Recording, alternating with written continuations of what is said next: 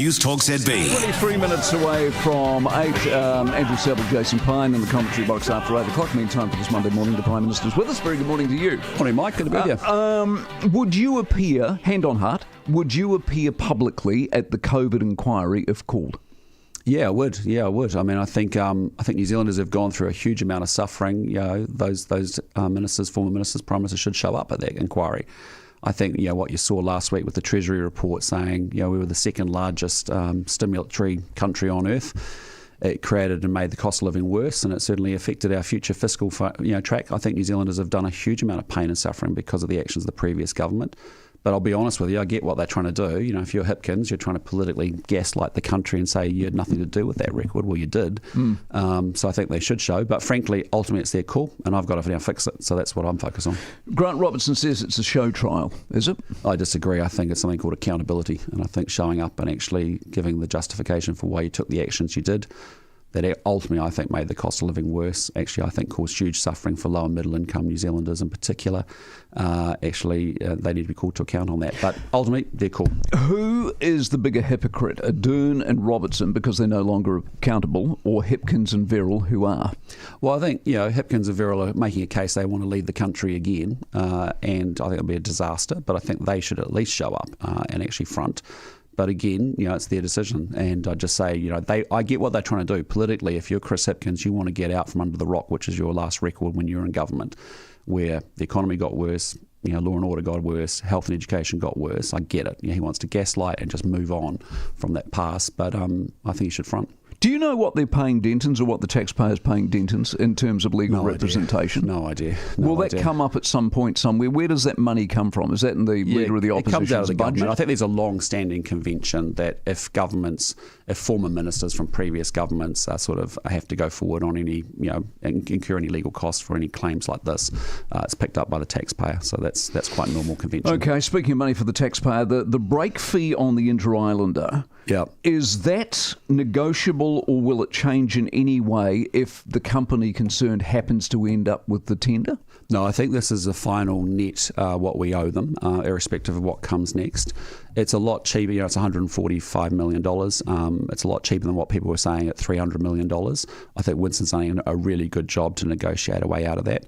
It sounds a bit counterintuitive to everybody because you basically had this IREX project that was $775 million, blew out to 3.2, on its way to 4. We had to deal with it in the second or third week of a new government and get it right-sized.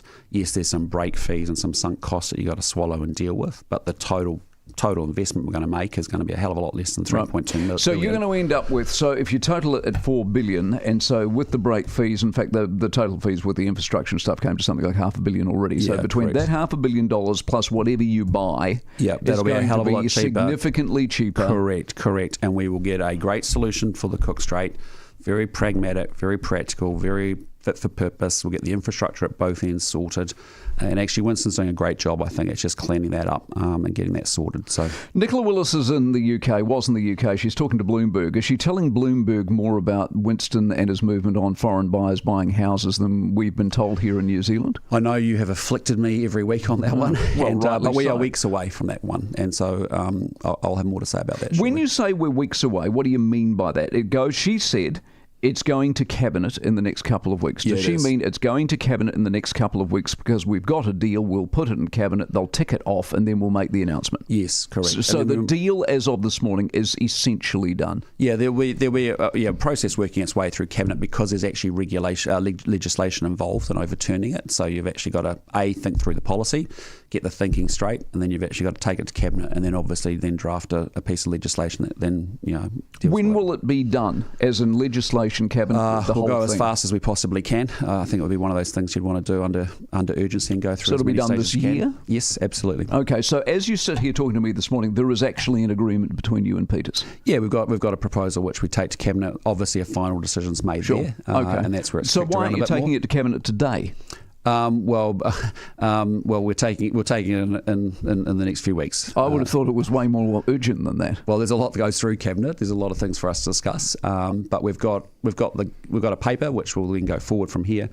we then make the final decision in Cabinet as a team. The Electricity Authority last week announced some sort of investigation into the industry and pricing and stuff like that. It is claimed in part anyway, a bunch of users wrote to you and said, we're sick and tired of this, have a look at it. Is that what drove it? Well, I think everyone's frustrated with electricity, right? I mean, correct. What we're seeing is it's a big contributor to the cost of living and inflation. Particularly, it's actually the transmission part of it that's led to the increase in electricity. Everyone's got a letter from their Jen Taylor that sort of says prices are going up. That's really the piece that's been the expensive part, the transmission piece. Look, what we've had to do here is there's quite a few avenues to what's happening in our energy market at the moment. I mean, the first thing was this oil and gas ban reversal, which we did 2 weeks ago, has been good.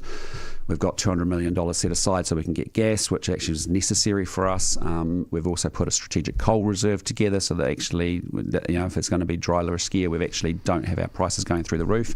All of that's just starting to calm it down a lot than what it has been, and that actually projects forward pricing quite well, that people know that there's reason I options ask the question is, where were they last year? If people write to you and they suddenly go, oh, hell, we better be seen to be doing something, where were they last year when it was really bad? Well, last year was really bad. I mean... Well, what do they do otherwise? I don't know. I mean, the wholesale electricity prices last year getting up to, I think, even up to $1,500, 15 times more expensive than Australia. So doesn't anyone at the Electricity Authority go, geez, I wonder if we might want to look at this? You'd have to ask them. All I can do is I know that there's several components to the energy market that I have to get fixed. One is I have to have certainty of supply, so we can't have an issue where the lights get turned off like we were experiencing last year and people start losing their jobs. That's about having a coal reserve. People don't like that. People give me a lot of grief about that, but I'm sorry. But actually, low prices are much more important than sort of managing emissions at this point in time. That is true. Having said all of that, water done well, this is my next concern ongoing. So there are a number of councils in the country who have been written to by the Internal Affairs Department, the smaller councils. They've decided to go it alone. The Internal Affairs have written and gone, that doesn't look good enough to us. Yep. What if they go it alone and it all goes tits up? Well, again, their plans have to get signed off by the Minister. That was part of the deal with the legislation. So they've got to the 1st of September to get their proposals together. There are some really good examples where councils are collaborating really well and actually putting together proper management of those assets. I think, Mike, it's interesting, like the best example was actually Auckland here. Remember when Wayne Brown was proposing a 24% rate rise? Yep. And then we put Watercare into a different asset structure. It's not sexy stuff, but a different entity. And as a result, it could borrow better for long-run assets. And actually rates went up 6% or 6 or 7% or so last year. And that freed up $800 million from the council's budget to spend on other infrastructure rather than worry about Three Waters. So the structure is the right way to go. My concern is, though, that Internal Affairs write to them, say we don't like the look of it. The Minister will go, because of that, you're not allowed to do this. He has powers to make interventions to make sure that they are going to run those assets and manage them properly, and that financially they'll be able to manage that. And if he's not assured on both those points, so what will they do? What will the council who wants to go it alone do when the Minister goes, you can't do that? Does the Minister then go, you need to buddy up with councils? Correct. Right. So correct. So they tell you what to do. Yes. So really, it's Hobson's choice, isn't it? Well, there's no choice. Either you do. We want these assets managed properly. That's the problem. They haven't been run properly. I mean, you've got perverse situations where you've got councils increasing rates for what's called operating expenditure to pay out on capital expenditure, which is building out pipes and stuff like that. So we're just saying, look, we've got to professionally manage these assets. I think the vast majority of councils are getting there. There's been some really good examples. And it's difficult because district councils are having to actually collaborate on this stuff. They're having to collaborate on regional and city deals. That's all a good thing because there's a lot of duplication, as you can see.